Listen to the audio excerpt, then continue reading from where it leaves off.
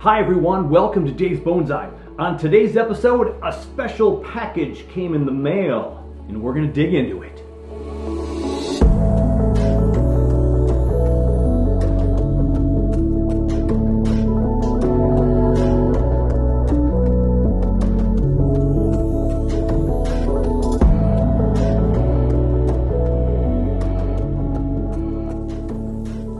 Tis the season to be, well, hopefully jolly and hopefully warm inside when you're living in the upper Midwest, Minnesota. With the snowstorm we just got though, oh my gosh, we got about 6 to 8 inches in the end after the rain started it all. And the pine trees, it's like we're up in the mountains, really, with the alpine look and all the snow on the branches. And another snowstorm is on the way right before the holiday weekend, right? So that means we're going to have possibly snow, 5 to 10 inches they're saying with this band. And then after the snow goes through and sometimes during it, the winds are going to pick up. We're talking 40 and 50 mile an hour winds at the tail end of this storm. Wind chill factors could be in the negative 30 to 40. I think a weather forecaster even said negative 50 degree mark in parts of Minnesota. Now, that's what normal people around the world think of Minnesota and the tundra of the upper Midwest. They just think it's always that bad. That'll be some of the coldest temps we've seen in the metro, if it hits that, in forever.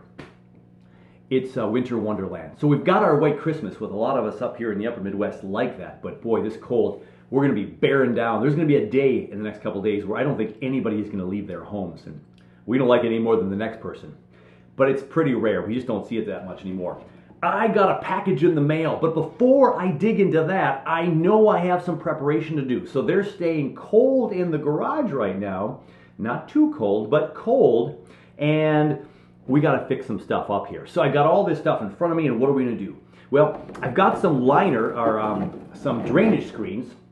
Never a bad thing to have friends in the bonsai community when you go to your club and someone says, "Hey, Dave, would you use this stuff at all?" I'm like, "Yep, I would use it." Now the holes are pretty big, so you have to use a big layer of soil at the bottom so it doesn't all go through. Otherwise it's kind of pointless with the smalls and the mediums. So we'll put a layer of big on the bottom, and this will keep it from falling through the drainage holes. Another friend with Minnesota Bonsai Society had said to me, "Hey Dave, would you use these bins at all?" So there they are, kind of this interesting zigzag pattern, but that zigzag pattern, you know what that is? They're stackable, but when you lift it up, and you turn it around, and then you put it back together, they're stackable that way. So now I have a tray for the trees, and a tray on the bottom for all the moisture that's going to go through, because we don't want to have a tray without any drainage holes. So now we get to flip this one over, and guess what we get to do? Yeah, we're going to drill some holes. It's time to put the cordless drill into work, and we've got a whole bunch of drill bits here. And again, we're going to make these holes nice and big so we get some good drainage. If I can get it out of here. There we go. All right. We got a drill bit. We're going to go through and make all kinds of holes in here so the water drains out. And then we'll cover it with our mesh. And then we'll put some big soil on the bottom and then some medium/small size for a certain package that came in the mail that I cannot wait to open up. We're going to reveal that together momentarily. But let's get some holes drilled.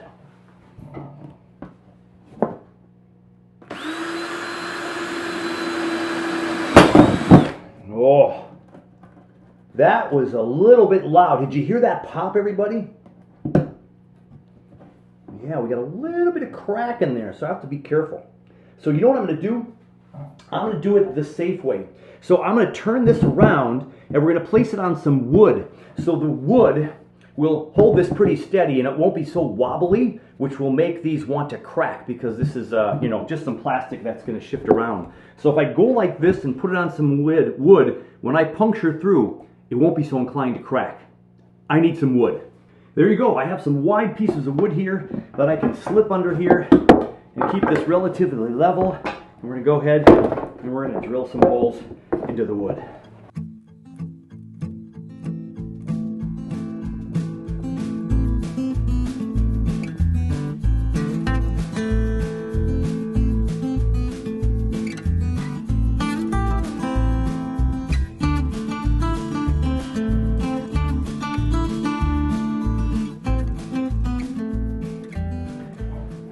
So there we have the drain holes. This was the first one I had a little bit of a whoops on after I started drilling the holes, and then this one got really away from me.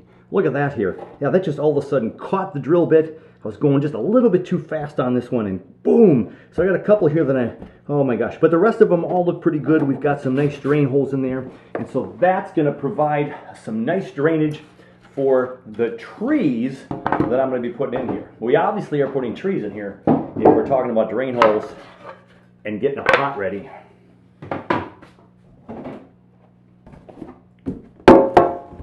So this will be the basin that catches everything, and then when we turn this around, this will sit right on here. Now my concern is how heavy the rocks are going to be, but it feels pretty sturdy. And so now we're just going to pick up a couple of these, and what do you know? I think 2 of them will be all that we need. So there we go. We're going to cover that up.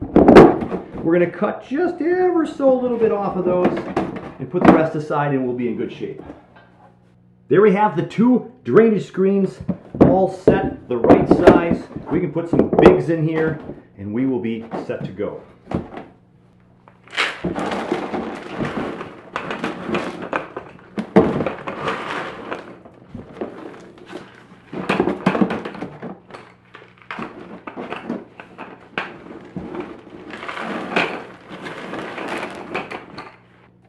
Pouring the bigs from the bucket, we got a few underneath the screen, so I want to make sure that I lift this up a little bit. We get some of these bigs out from underneath here. Make sure both of these are flat, and then we're good to go. Here we go.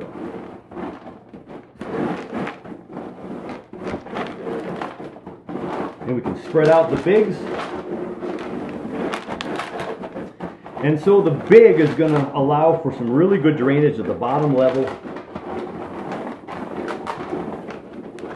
So far in my bonsai practice, I use the least amount of bigs, and so I always end up having extra big. So it's nice to finally put some to good use at the bottom of a big bin here full of what will be some kind of tree.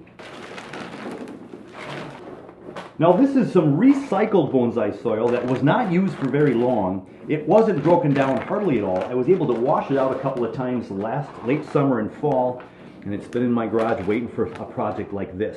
I could put some brand new soil in here, but these are going to be some new trees that are just dormant right now, but we want to get them into some winter cold frame type soil where they are going to be comfy and cozy. No worry about growth right now. Everything's stored in there. They're in the dormancy period, and we're going to just take care of them in the cold frame. Now my garage cold frame has a spot where I have all those water, 5-gallon pails of water and the kitty litters, buckets full of water, and there's no trees right there right now except for the trident maple. We can scoot that over, find a place for that I know, and then this can go over that area. They might be able to squeeze in there together. We'll find that out a little bit later.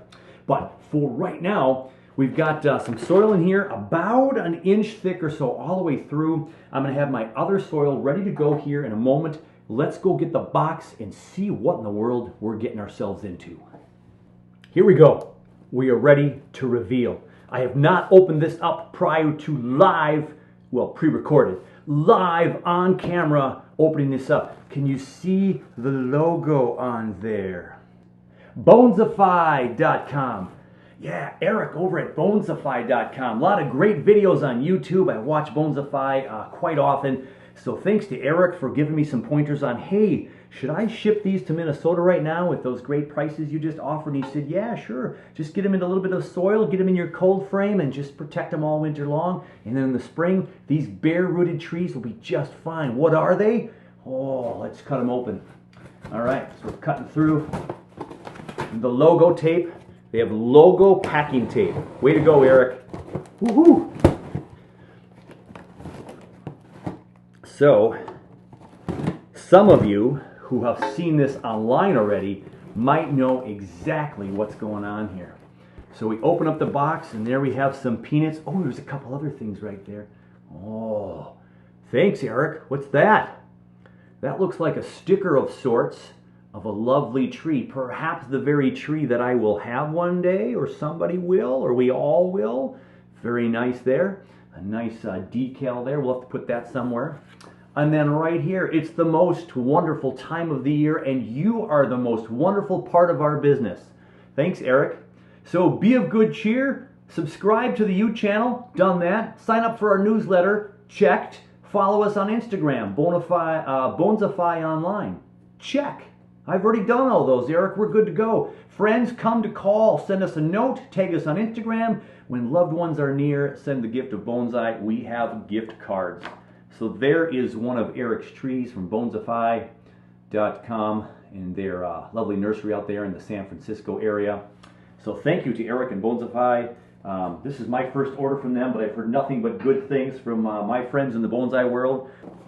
Whoa, there we go. Oh, look, there's even a leaf still on a couple of the trees right there. Can you tell yet what they are? Have you been online to see what's going on? Look at these all bundled up, nice and ready to go. I believe that's only part of it. Yeah, look, there's another bundle. Wonderful.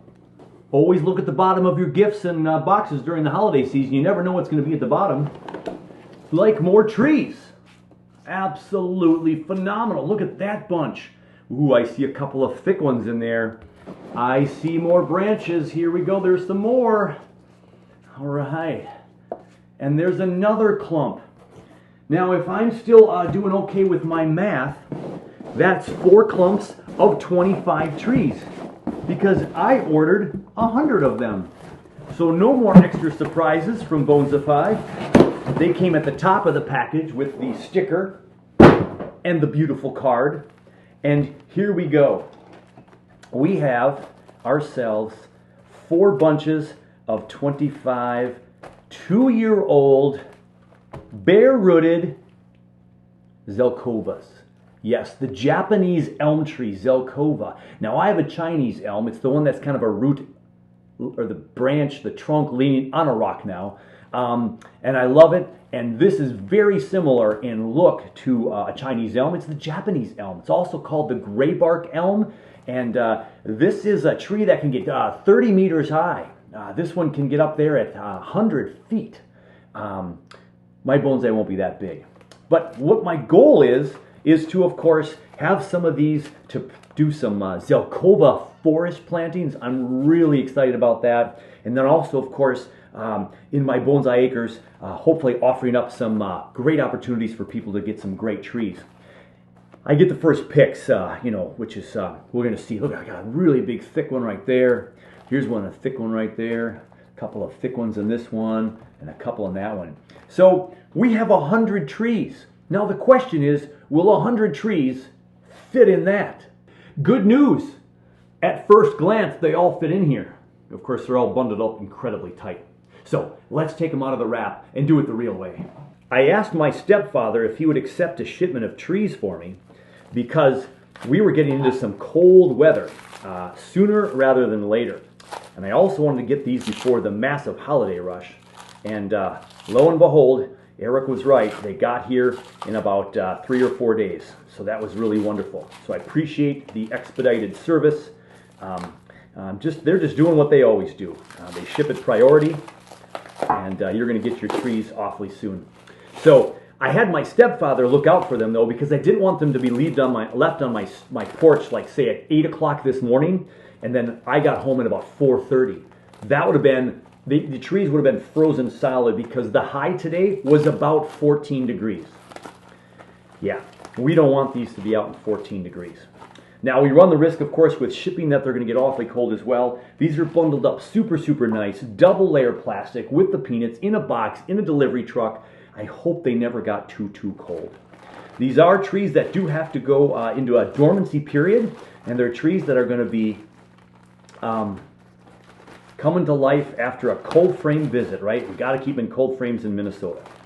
Not a cold frame in San Francisco, I don't believe, but a cold frame here in Minnesota.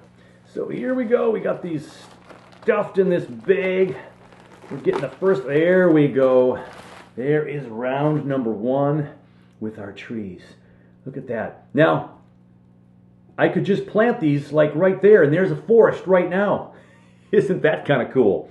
Okay, but we want to have more fun than that. So all kinds of little whips here. Look at this little tiny yearling here.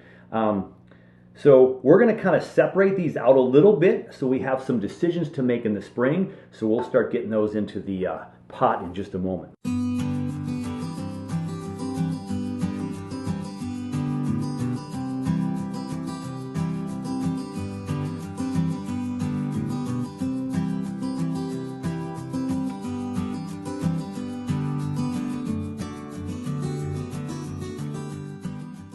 That wasn't too bad.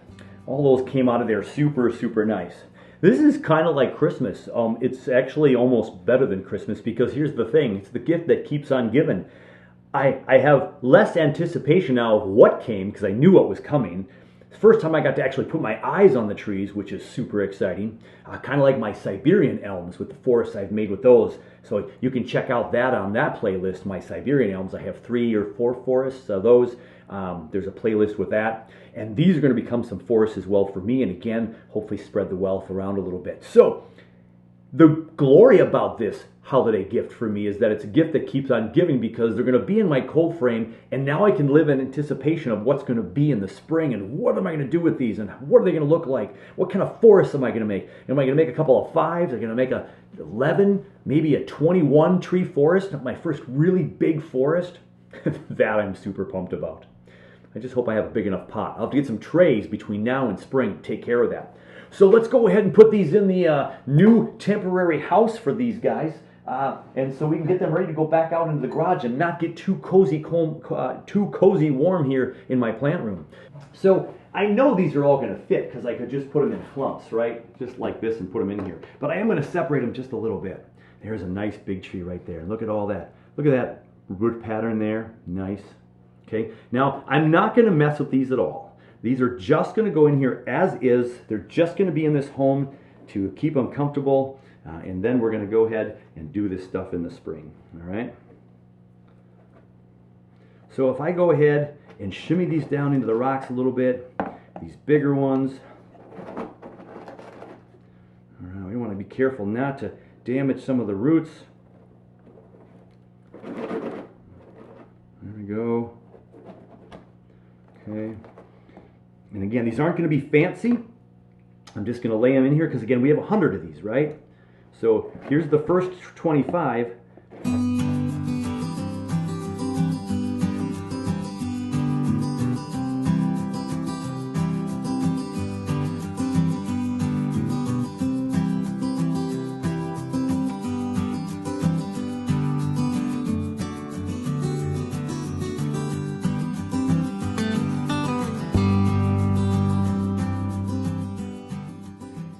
I have a relative clump of forest trees here. This side stayed up pretty nice. There's a couple of thick clumps here that are going to be really some possible good double and triple trunks here. So I'm going to go ahead and lift up some trees and put some soil in.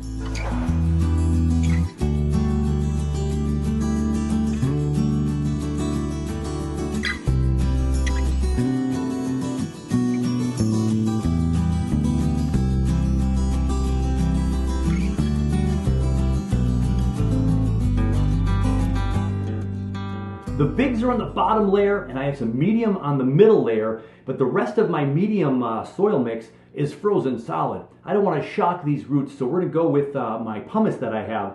That's now this small layer, and I'm going to get the smalls in here to cap this off.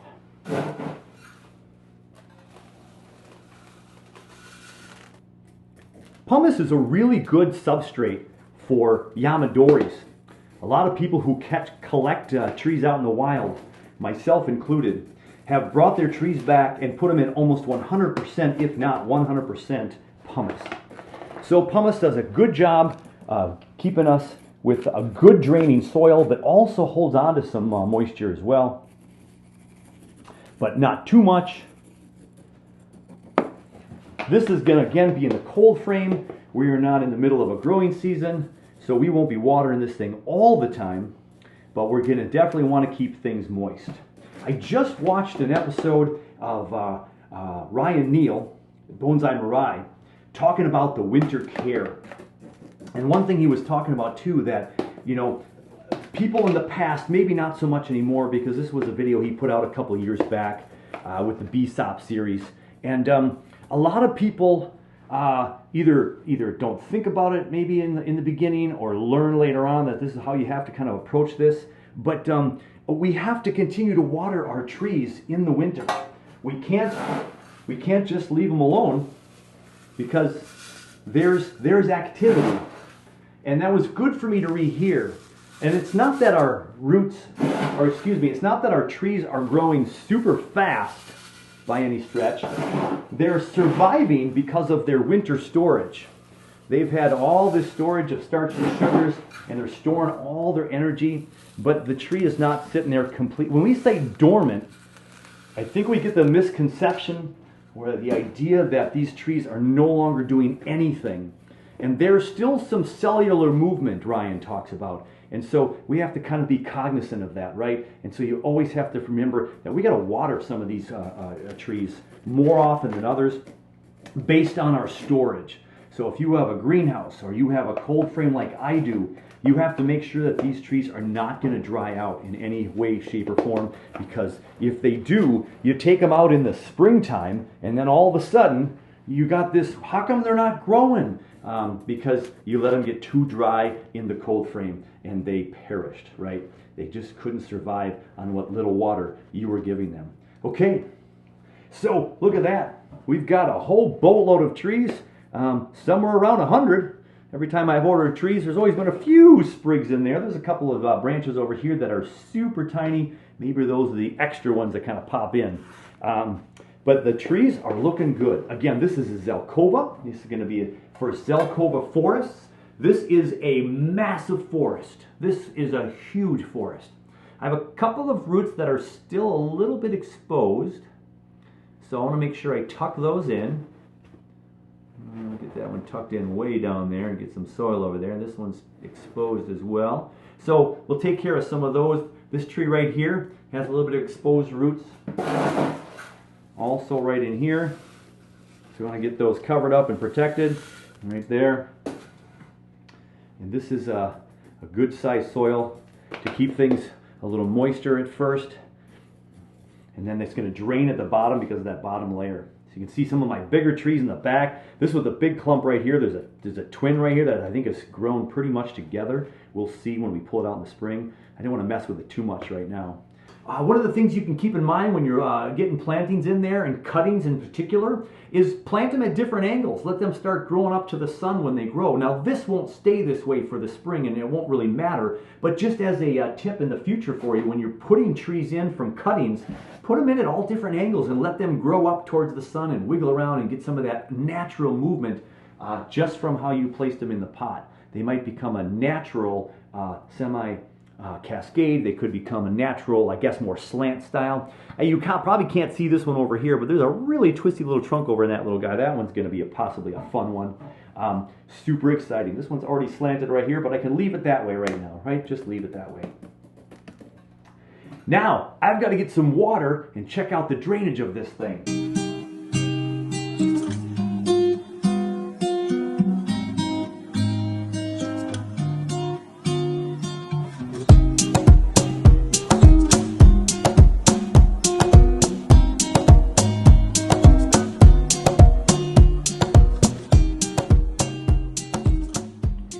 I can hear the water dripping through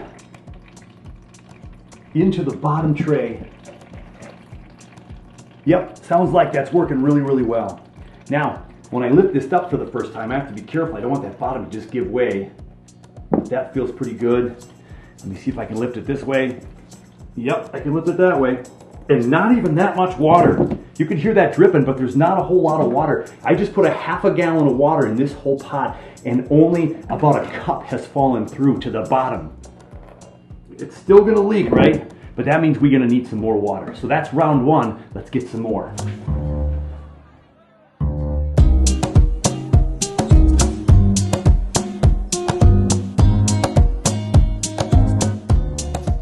Fantastic. We have an entire gallon of water in the new Zelkova forest of 100 trees, maybe more, and we're gonna see if we're gonna get some good growth next spring. I think we've got some roots here.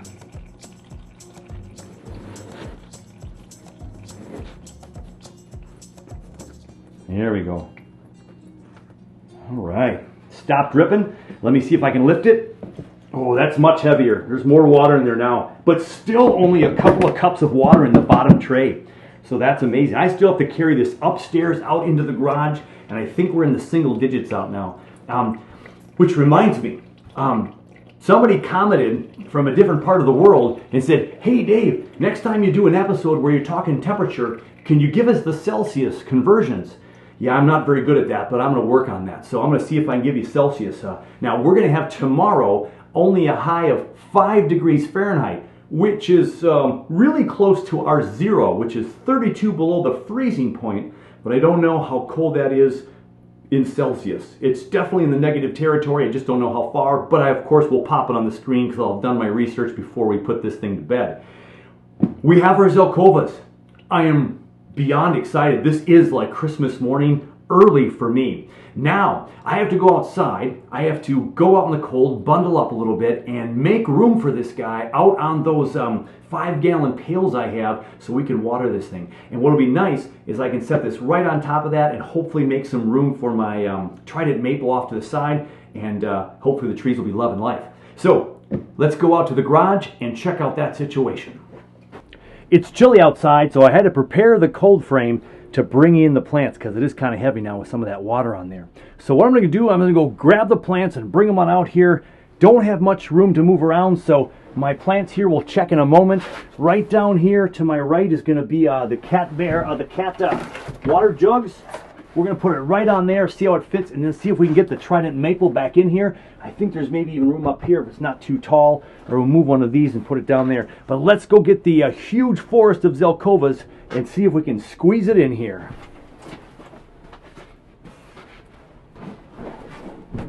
Here we come, squeezing through. Here comes the forest, and here we go. Oh, look at that. Right there. Yeah, it fits down here beautifully. I don't have enough room in the garage to bring in some of my camera lights out here, so we're just going with opening up the aperture a little bit. We do have the 2 lights in here so we can see what we're doing when we're working out here. And the trees fit really nicely right here. But now I have to get my trident maple back in, and I think it's going to go right over here. There's an empty part of the shelf right here that we can probably put it over here and lean it this way. So I'm going to make a little room there, and let's see, just see if we can get the trident maple in there somewhere. Well, that's gonna bump all the trees. Can we go this way? Oh, that's maybe too high. So we're gonna have to think this one through. I don't want it to have it right next to the heater because that's gonna be possibly causing too much drying out. So I'm gonna go ahead and move this up here. And let's see now if I can kind of back this in right here.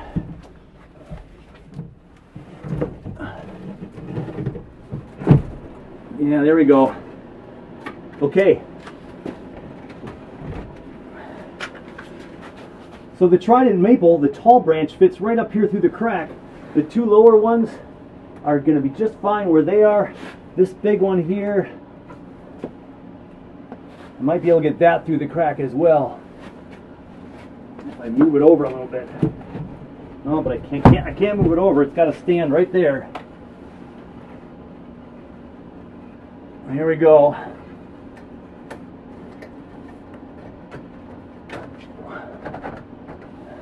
Yeah, there we go. So there we have the trident maple leaders up there, fitting right through the crack of this one right here, and that's going to be doing just fine. So once I'm out here, I'm my trees. We got about 36 up here, and we have about 30 down there on the lower cold frame Govee. Generally, this one's been 10 degrees warmer, but I've been opening up here now the last 5 minutes or 10 minutes here, so it's starting to get cool throughout.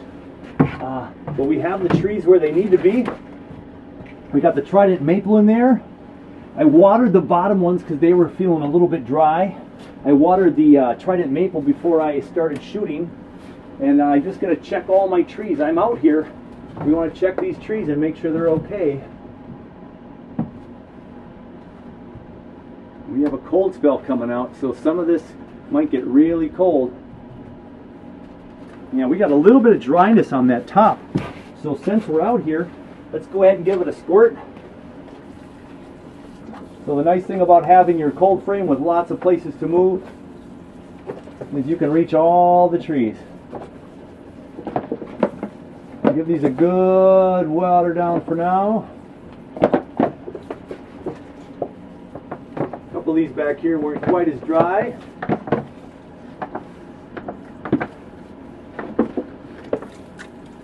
But they'll be all set now for this cold spell. I won't have to come out here for the next couple of days and worry about these.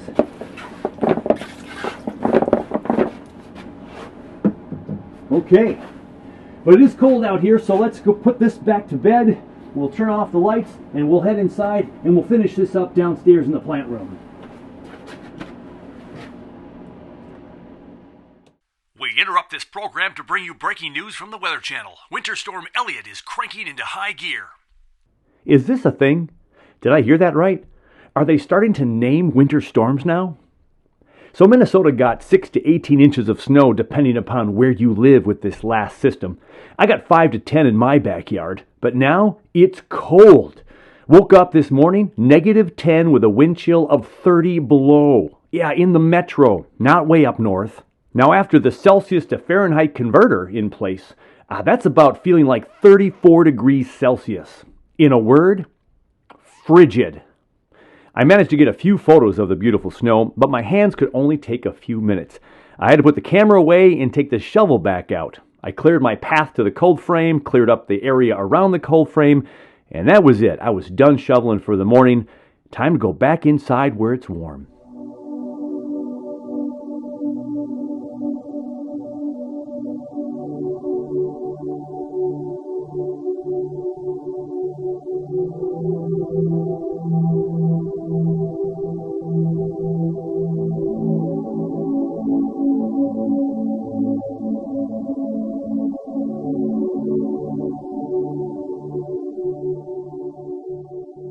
The beauty of having a plant room? The hibiscus decided to be in full bloom. Ah, coziness.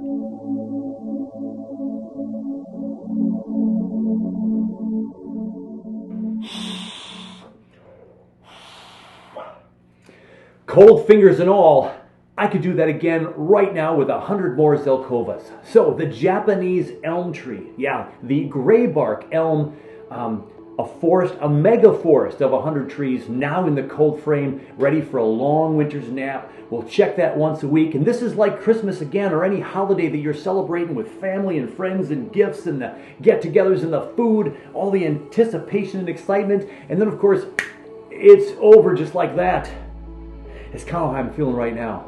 But the anticipation and excitement for the spring season and getting those into some smaller pots and some nice forest compositions, gonna be so much fun. Oh, it's gonna be great. But until that time, we'll take off for now. So hey, take care of you, take care of your bonsai, whether it's an individual tree or a mega forest. And we'll catch you on the next one.